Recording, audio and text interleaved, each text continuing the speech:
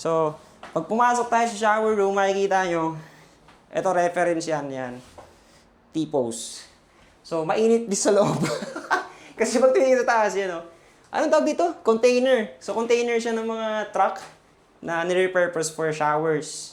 So, meron kang, rack for your things. Lalagay mo yung bag mo dito, yung damit mo, towel mo, everything.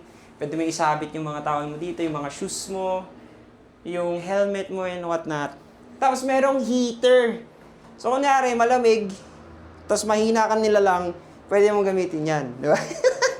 Tapos, meron ding, kung gusto mong gumamit ng classic thing, ayan, tabo, tol. Tabo. Tubig.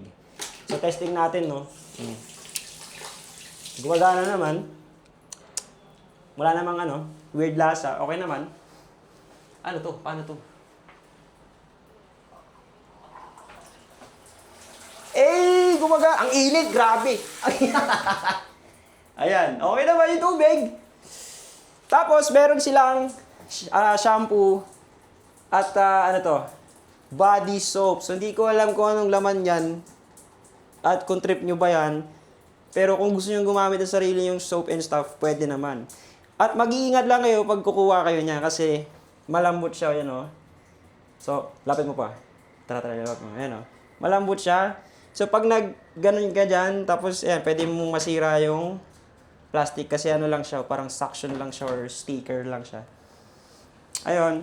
Tapos yung mga pader niyan, so yung kanan ko, bakal yan. Ito, bakal din. Ito, kahoy. Bakal, ang init dito, grabe. So yun, okay naman. Wala namang nagkwentuhan sa kabila, so safe ka dito. At may ilaw din. Yan.